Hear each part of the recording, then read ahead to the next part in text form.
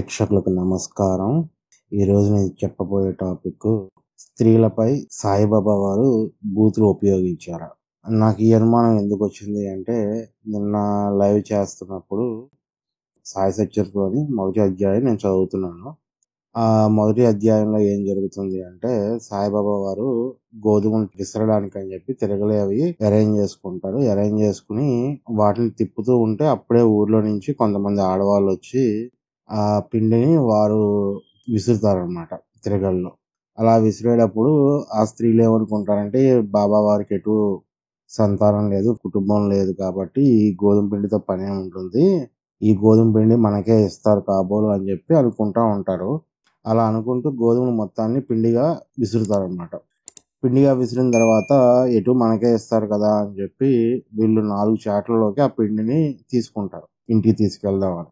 అదే సమయానికి బాబావారు కోప్పడి వీళ్ళని ఏమని పిలుస్తారంటే, సాయి సచ్చరిత, ఇక్కడ మీకు స్క్రీన్ మీద కనిపిస్తుంది కదా, ఈ సాయి సచ్చరిత మొదటి అధ్యాయంలో 13వ పేజీ. ఓ వనితలారా, మీకు పిచ్చి పట్టినదా ఏమి? ఎవరబ్బ సొమ్మనుకుని లూటీ చేయుచుండరి, మీ వద్ద నుండి గోధుమలు వాడుకుంటున్నా ఏమి? ఏ కారణం చేత పిండిని గొంపోవుటకు యత్నించుచున్నారు? సరే, ఇట్లు చేయుడు, పిండిని తీసుకుని పోయి గ్రామపు సరిహద్దులపై చల్లుడు అని చెప్పేసి అంటారన్నమాట. నేను ఇది ఎలాగూ ఎంతవరకు అబద్ధాలు చెప్పారు, ఇది ట్రాన్స్లేషన్ ఏమైనా మిస్టేక్స్ చేశారని చెప్పి చూస్తున్నాను కాబట్టి, అలాగే ఇంగ్లీష్లో జరీన్ రాసిన దాంట్లో కూడా దీన్ని చెక్ చేశాను. అయితే ఇక్కడ మన తెలుగులో చూపించిన ఈ మొత్తం వాక్యాలకు సంబంధించి మొదటి అధ్యాయం 129, 130 ఓవిఎల్లో ఉందండి. అక్కడ జరీన్ దాంట్లో ఏమని రాశారంటే, you are mad with greed, what are you taking and where? Do you think it belongs to your father? Now go to the boundary of the village and throw away the flour there. ఈ విధంగా ఇప్పుడు మీ screen మీద ఏ విధంగా అయితే చూస్తున్నారో అదే విధంగా అక్కడ రాసింది. 130 ఓవిలో, you are good for nothings have come running to loot me, did you give the wheat on loan that you want to take away the flour? ఈ విధంగా అయితే రాసింది అనమాట. ఇక్కడ గుడ్ ఫర్ నథింగ్స్ అంటే ఎందుకు పనికి రాని వారు అని చెప్పేసి తీసుకుంటాం మనం. మరి తెలుగులో ఇలాంటి పదం ఏమి వాడలేదు కదా సాయి సచ్చరిత్రలో, ఎందుకని ఇక్కడ ఎలా రాశారు అని చెప్పి నేను ఇంకొక పుస్తకం ఉంది కదా ఇందిరా కేర్ది, ఆ ఇందిరా కేర్ పుస్తకంలో కూడా చూశాను. చూస్తే అక్కడేమని రాసింది అంటే, are you out of your senses? Where are you taking the floor?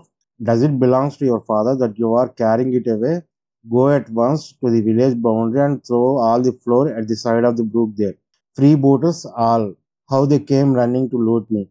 Was it some borrowed wheat that you now stake a claim to the floor?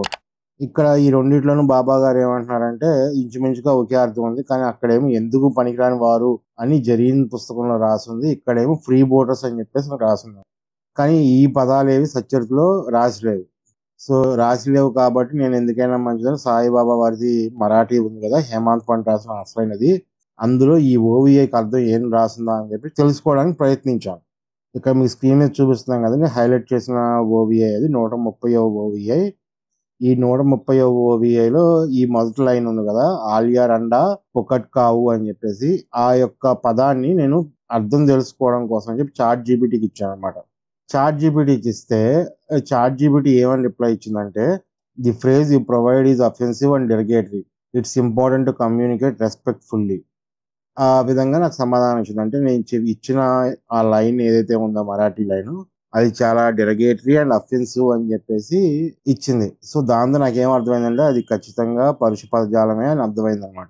దీని మీనింగ్ ఎలాగైనా తెలుసుకోవాలి అని రెడ్డిట్ లో మరాఠీ సబ్ ఒకటి ఉంటే అందులో ట్రాన్స్లేషన్ లో వాళ్ళకి పోస్ట్ చేశానండి. అందులో కొంతమంది యూజర్స్ నాకు పర్సనల్ గా మెసేజ్ చేసి, అలాగే అక్కడ సబ్ లో కూడా దాని అర్థం ఏంటి అనేది వివరించారు. దాని అర్థం ప్రకారం అయితే ఇప్పుడు నేను స్క్రీన్ మీద చూపిస్తున్నాను కదా, వాళ్ళు ఇచ్చిన ఇంగ్లీష్ అర్థం అయితే అదండి, ఇక్కడ స్క్రీన్ మీద చూపిస్తున్నట్లుగా.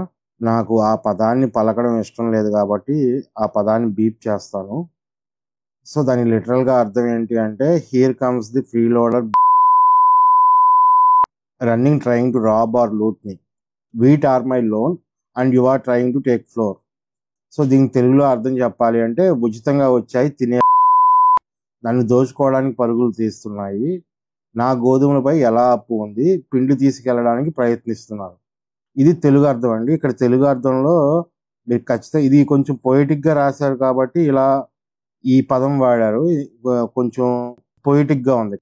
మామూలుగా మాట్లాడే భాషలో బాబా వారు ఏం చెప్పారంటే కనుక చాలా డెరిగేటరీ వాడే యూజ్ చేసినట్లుగా అనిపిస్తుంది నాకైతే. అయితే ఇప్పుడు బాబా వారు స్త్రీలను ఉద్దేశించి బూతులు ఉపయోగించారా అనే ప్రశ్నకు సమాధానం అయితే మాత్రం ఖచ్చితంగా అవుననే చెప్పాలి. ఎందుకంటే ఒరిజినల్ సోర్స్లో ఖచ్చితంగా అదే పదం ఉంది కాబట్టి. నా వీడియో కనుక మీకు నచ్చినట్లయితే తప్పకుండా లైక్ చేయండి. అలాగే మీ ఫ్రెండ్స్ అండ్ ఫ్యామిలీతో షేర్ చేసుకోండి. అలాగే మీకు సాయి సచ్చరితం విశ్లేషణ ఏదైతే ఉందో అది వినాలనుకుంటే ప్రతి గురువారం రాత్రిపూట 7 గంటలకు నేను లైవ్ చేసి లైవ్లో ఒక్కొక్క అధ్యాయాన్ని వివరిస్తున్నాను. మీకు చేరాలన్న ఉత్సాహం ఉంటే ఖచ్చితంగా జాయిన్ అవ్వచ్చు లైవ్లో. మరొక వీడియోతో తర్వాత కలుద్దాం. అప్పటిదాకా సెలవు. జై శ్రీరామ, జై హో భారత్.